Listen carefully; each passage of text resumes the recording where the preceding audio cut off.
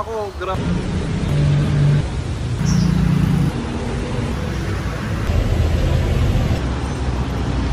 Nyo ba guys, napadayo nga ako dito sa may Taytay Rizal. Ito sa may second floor, JDL Francisco Building. Ito sa tapat ng Pure Gold Taytay. Para tikman ang isang authentic na Malaysian food. Ito yung matatagpuan sa nag-iisang Sedap Authentic Malaysian Food. Ito naman yung kanilang menu na sobrang dami yung pwedeng pagpilian. In fairness yung presyo nila hindi naman ganun kamahalan. Karamihan daw ng mga sinaserve nila dito legit na halal food. Parang pumunta ka na raw sa ibang bansa. Sabi nila, kapag kumain ka raw dito para ka daw nagpunta sa Singapore at Malaysia. Parehas na parehas ang pagkain nila doon. Ang maganda sa kanila, kung wala kang cash, meron silang GCash na pwede kang magbayad. Sobrang solid din ang spot nila dito. Fresh air pa at malilibang ka sa mga dumadaan. Ito naman yung mga iba't ibang klase ng mga pagkain na in-order ko sa kanila. Grabe, itsura at amoy pa lang nila. Naglalaway na ako. Okay, tikman na natin yan. First time ko lang makakain dito kaya excited na ako. Okay, unahin na natin itong nasi goreng patayan nila. Tingnan nyo naman guys yung chicken nila. Grabe, ang laki. Okay, food check na natin yan. Para sa inyo po ang una kong subo.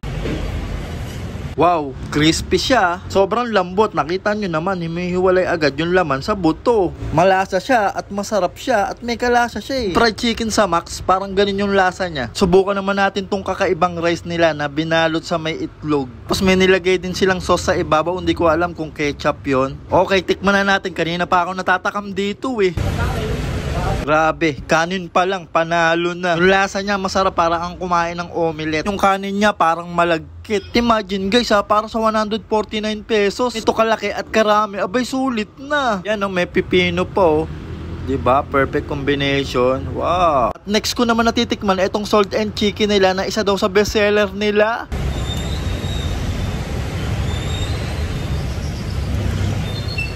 Iba din ang level nito Sobrang malalasahan mo talaga yung condensed na nilagay sa kanya. Tapos perfect din yung pagkakaluto niya. Sakto lang yung timpla niya, hindi maalat at hindi rin matamis. Ito yung mga tipo na ulam na mapaparami talaga yung kain mo. Sobrang goods quality. Next ko naman itong beef rendang nila. Ito daw sa paborito ng lahat. Okay, wala nang patumpik-tumpik. I-food check na natin yan.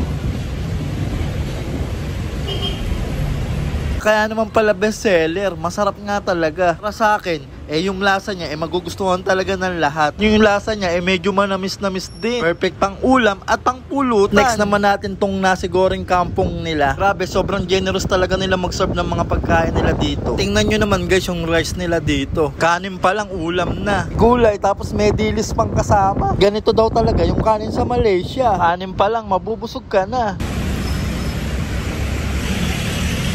Chicken talaga nila panalo, hindi rin talaga papahuli sa mga sikat. Sa akin to, sobrang goods quality. Next naman, itong laksa na noodles nila. Grabe, parang overload to Daming sahog, solid. Mineto, ewan ko na lang kung di ka pa masol. Tokwa yan, shrimp, itlog, tsaka chicken balls. Ito daw yung ramen style nila dito, kaya sobrang excited kung tikman to.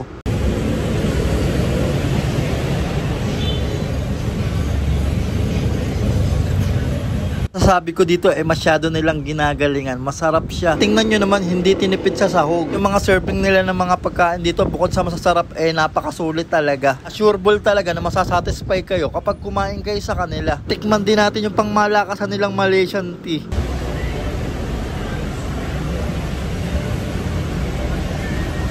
Din, masarap din yung Malaysian tea nila. Refreshing talaga. Sobrang goods quality. Para sa akin nag-enjoy talaga akong kumain dito. Hindi man ito yung mga nakasanayan natin na pagkain. Pero ang masasabi ko, isa sila sa masasarap na pagkain na nakainan ko. Kaya kung gusto nyo po-mode trip, check out nyo na dito. Sedap Authentic Malaysian Food. Pen sila everyday at nagbubukas sila 7 AM to 8 PM. Hindi silang Facebook page na pwede kayong umorder through online. Kaya punta na kayo guys. Siguradong hindi kayo magsisisi sa pagdayo nyo sa kanila. So ayan, dito ko na rin po tatapusin yung video ko. Maraming salamat po sa panonood at kung nagustuhan nyo naman po ang video na to, paki-like and share naman po. Salamat. Kabuhat. Peace out.